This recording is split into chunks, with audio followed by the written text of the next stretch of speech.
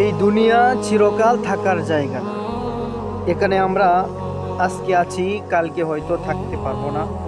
তারপরও দেখেন কত বিল্ডিং, কত কিছু, আমরা সব কিছু নিয়ে শুধু ব্যস্ততার মধ্যে কাটাচ্ছি।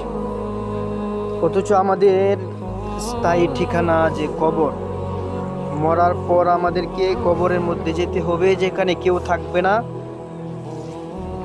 নিজের আপনজনও একা ফেলে রেখে আসবে। সেই জায়গার কথা আমরা একবারও চিন্তা করি না। আমরা শুধু দুনিয়া নিয়ে ব্যস্ত হয়ে পড়েছি।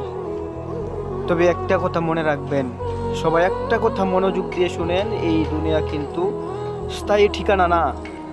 একদিন আল্লাহ তাআলা আপনাকে ডাক দিয়ে বলবে যে তোমার পরীক্ষার সময় শেষ হয়ে গিয়েছে। তখন আপনি আল্লাহ তাআলার কাছে বলতে পারবেন না যে আল্লাহ, আর 1 মিনিট সময় দেন, যাতে করে আমি পরীক্ষাটা ভালো করে শেষ করতে পারি। এতটুকু সময়